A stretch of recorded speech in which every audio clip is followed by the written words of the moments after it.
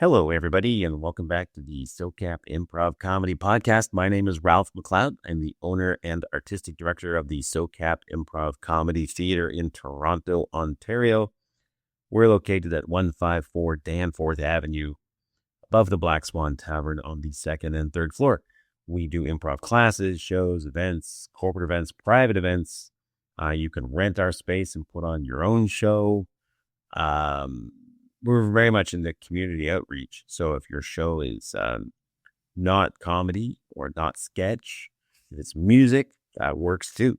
We have two stages, and I was going to say lots of availability, but that's actually not true. It's dwindling.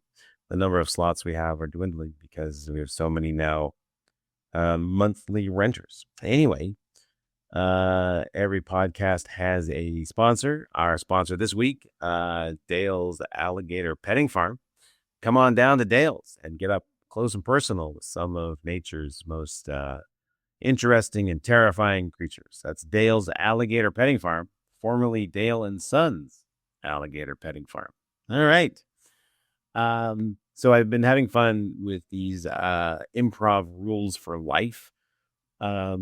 It's a dual thing. There's so many books about, so many X rules for life or X rules for whatever. So I borrowed that. And also because for myself, the things that I teach and the processes or practices I use when I improvise are the very same ones I use in my real life, and I've used examples of them before. So to me, improv is kind of like training for life, or a way to practice life in a way with very low stakes or sometimes zero stakes. Maybe not zero, but extremely low. The only time the stakes are moderately high is when you're in front of a paying audience, but that's only some of the times. Most of my time now is spent in a classroom teaching people.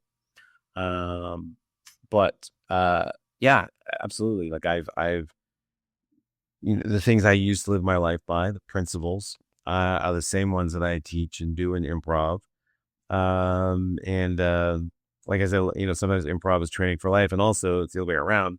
I've had experiences in my real life that I then do on stage with unsuspecting people and try to work through them, like difficult times, especially difficult people. Sometimes I'll encounter a person and think, oh, that's an interesting character. And then I've tried to portray that person on stage just to get an idea. Well, I mean, it's not, the main reason is I think they're fun to do, but often it's like, oh, can I get an insight into that person or that kind of quirk or characteristic? And, I never like to think that people are evil or insane.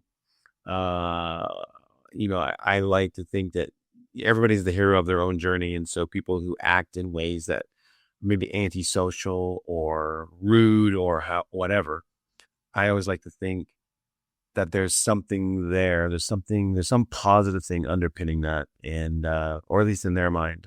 And I like to think about what that could be. Because often people that act in what we perceive as evil ways, and they are evil, but the people carrying out these acts do not themselves believe them to be evil. Often they believe them to be necessary. And so self-righteousness is I think a very ugly characteristic in human beings, but it plays wonderfully on stage.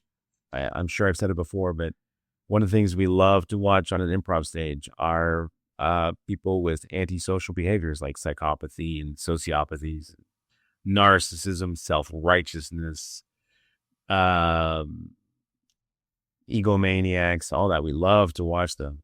I think it's like going to the zoo and seeing a wild animal behind a cage. It's safe to view something that's scary because you're protected because it's not real. Or in the case of the zoo, they're behind iron bars. But make it real or take away the iron bars, and it's a very different situation. Anyway, that's a circuitous route to bring me back to today's topic, which is improv rule for life number 4, which is be process oriented. Process oriented or systems based. So, first of all, what does that mean? Well, to be a process is just a way of achieving goals. So, for example, if your goal is to travel from Toronto to Montreal, that's a goal, and your process is, well, how am I going to make that happen? Am I going to drive? Am I going to fly? Take the train? Am I going to hitchhike? Walk? These are all valid processes to get the job done. So, you know, and in this case, if you decide to, you're gonna get a ride with somebody, and then that person flakes out on you, well, now that the next time you want to travel, you don't ask them. So a process is something that you can hone and change over time, whereas a goal is not. So let's give you another quick example that I hope will illustrate what I'm going to get at here a little bit better if this is new to you. And it's, say you're going on a vacation to some beautiful Caribbean or tropical island with some friends or with a special someone, and your goal is to have a good time. Very reasonable, relatable goal. And that's the goal. And then the process is, well, how are you going to achieve that? And if you're like, I don't know, I just want to have a good time. And maybe you go on this trip and you come back and you're like, I had a great time. That's lovely. That's wonderful.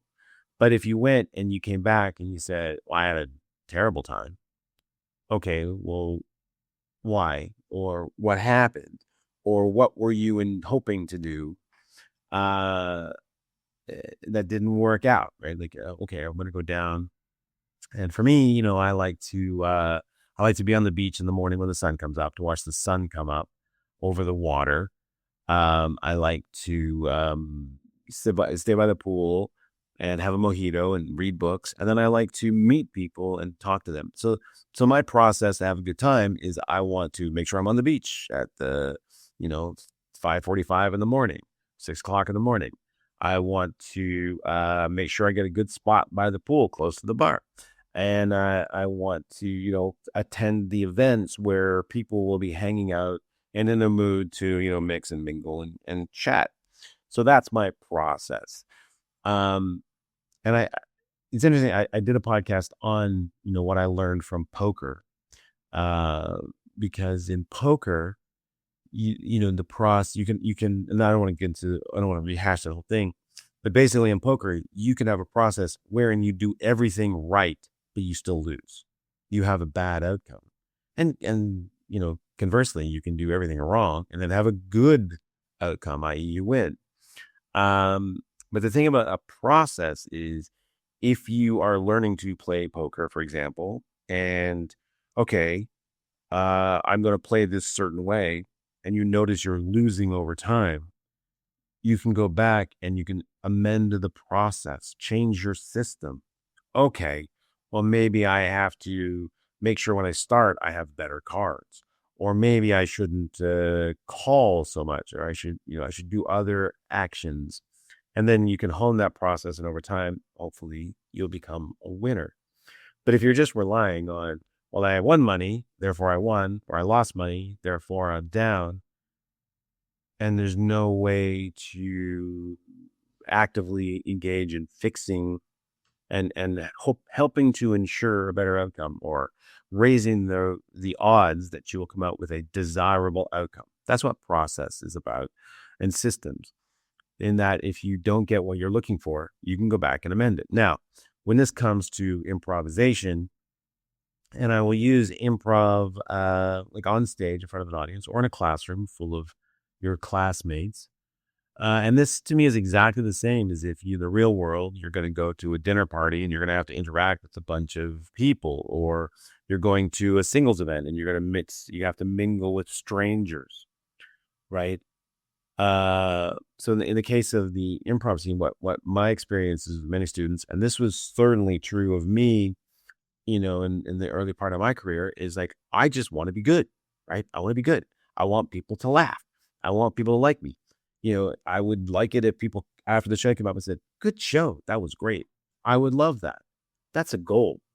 And that you could do a show or a class and have that happen 4 times in a row. If you're not thinking about a process, if that's your goal, and then the fifth time it doesn't happen and you have a quote bad show, well, how are you going to go back and fix it? What are you going to do to sort of shift the balance more towards the good shows? Well, you might say, well, you had 4 good ones and 1 bad one. Okay, well, let's say you had 4 good ones and you have 4 bad ones. Are you done? Is the magic over? That's the problem with goal orientation is it often relies on magical thinking. It'll just happen. It's like being 20 and saying, by the time I'm 30, I'm going to be married. Well, what are you going to do to put yourself in a position where you are desirable, for someone to marry you? If you're just hoping it'll happen, that's magical thinking. And it may happen, it may not. But if it doesn't, there's no way to think about how to make it happen. All right. So in the improv example, that's what a lot of students think, in my experience, and performers, or students and performers. I use them interchangeably. Improvisers, right? I just want to be liked. And that's a laudable goal. Of course, we all want to be liked. I want to be liked. But I realize that at the end of the day, I have no control over that. I might run into an audience that's just having a bad day. Similarly, I might, try to talk to somebody in a social situation and they're going through something really difficult. And I'm like, oh, they don't want to talk to me. It's bad. Without knowing a process, I can only just chalk it up, I guess, not chop it up, chalk it up to just the vicissitudes, vagaries, randomness, just the life. I just shoot up to that. Anyway, coming back to improvisation, you want to be good, but that's beyond your control and there's no process. So when I talk about being process-based or systems-based, it's like, okay, what can one do to increase the odds of a more desirable outcome? Well, I want to have a good time. I want people to like me. I want to make people laugh. Okay, well, what do we do there? So in improvisation, it would be, well, I'm going to listen. That's within my control. I'm going to be positive to my scene partners. I can control that. I'm going to say yes to their ideas and the games they want to play, and not just the information they put forward, but what games they want to play, what roles they would like me to portray. I'm going to say yes to all of that. I'm going to suspend my judgment. I am, I'm gonna do these things. And so, like, if at the end of the day I had a quote bad show, like, oh, the audience were laughing that much, I feel negative about it. Well, what did I do? Oh, you know what? I didn't say yes here. I argued a lot here. I said no a lot. I was kind of negative in these situations. I got down on things. I wasn't looking for the things I wanted to do. Okay, well, tomorrow or the next time I come back to this performance or this class, I'm going to work harder on saying these things. And which brings me to another part of my process when I teach is incremental development. It's all process. So we're just trying to get a little bit better, just 1% better, every week, every day, every month, just 1% better, 1% better at listening. We can all get 1% better at something. And if you get 1% better, if you can get 1% better every day, and this is in the book Atomic Habits, in a year, you'll be 37 times better a listener, 37 times better at whatever you were trying to do. You do like, if you do like, I don't know, I'm just going to say like 10 minutes of, I don't know, exercise one day, and every day you get 1% better. By the end of a year, you'll be doing 370 minutes of exercise a day, a bit much. The point is, small changes plus time equal big changes. And that's the value of having a process. You can go back, you can refine it, you can change it, you can update it. It can change as times change. So, If you're going to the desert isle, and I like to do these 5 or 6 things. You go and like, well, this one wasn't so good there. Okay, well, maybe we'll set that one aside and let's look at something else we can include in our list of things that we like to do. And when we come back, see how that affected our quote good times end quote. Right? You're 20, you want to get married when you're 30, and so you do things like, you know, become independent when you live, have employment, get over all your emotional baggage, whatever. You turn 30, you're still not married. Okay, well, what am I missing, or what else can I change about this? Um, and then and also, what can I change? What can I do differently? But also realizing that some of this is beyond your control. And so the final part of being systems based and process oriented is, as much as possible, we try to let go of expectation.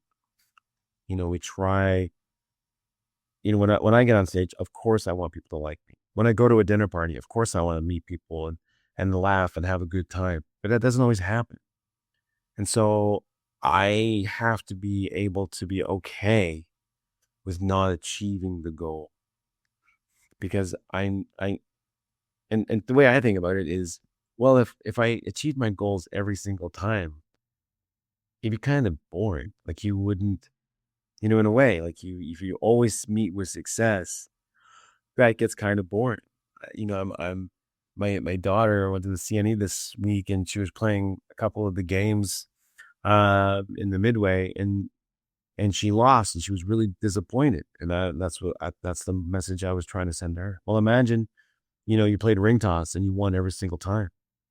You wouldn't really want to. What would be the point of playing ring toss? You'd sort of get tired of playing it. So always having the possibility of losing makes victory sweeter, makes achieving your goals worthwhile.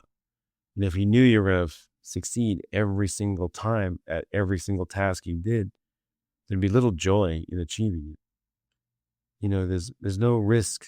There's no reward without risk, right? And the greater the risk, the greater the reward. So if there's no risk, there's no chance of failure. Life will lose some of its sweetness. So yeah, so systems based, process oriented. As much as we can, we let go of our expectations. We try not to have them. We take our hands off the wheel, let the universe decide, and we're okay with wherever it goes. Because if it didn't work out, I can go back and I can refine, I can change, I can get better. And any kind of obstacle I face will only help me refine my process to get even better and better and better over time. And small changes plus time equal huge changes. And as the philosopher, I forgot his name. Terrible with names. John Fogerty. Yes, John Fogerty of Creedence Clearwater Revival remarked, "From small things, mama, big things one day come." So process oriented, systems based. Try to let go of results and realize that when you don't achieve your goals, it's actually a way to go back and get even a better process and strengthen it and build it even better. And if you're sitting there saying like, "Ralph, that sounds like a load of crap," the idea of like when you fail, you go back and redo your process and you'll be better. It might be because, no one likes to lose. No one likes to have a bad time. But to me, it comes down to, well, what else? What's the alternative? To go and sulk? No, I'm not going to go sulk. I'm not going to go feel bad for myself.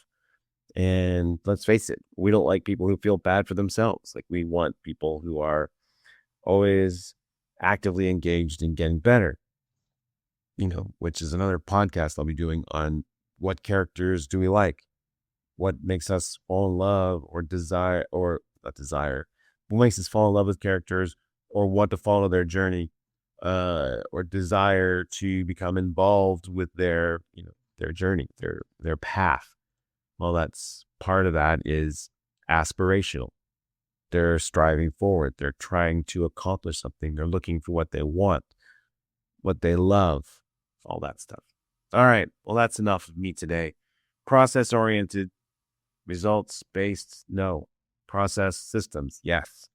It will, for me, it's made I'm so much more mentally in a better place by working on that and letting go of results and taking my hand off the wheel and just loving where the universe takes me. All right. You all have a great week. Thanks for tuning in. See y'all here next time on more SoCap Improv Comedy Podcast, brought to you by Dale's Alligator Farm, formerly Dale and Sons. And then for a while, it was Dale and Sons plural, and then just Dale and Sons singular. And now it's just Daryl. Poor Daryl. Take care. Bye.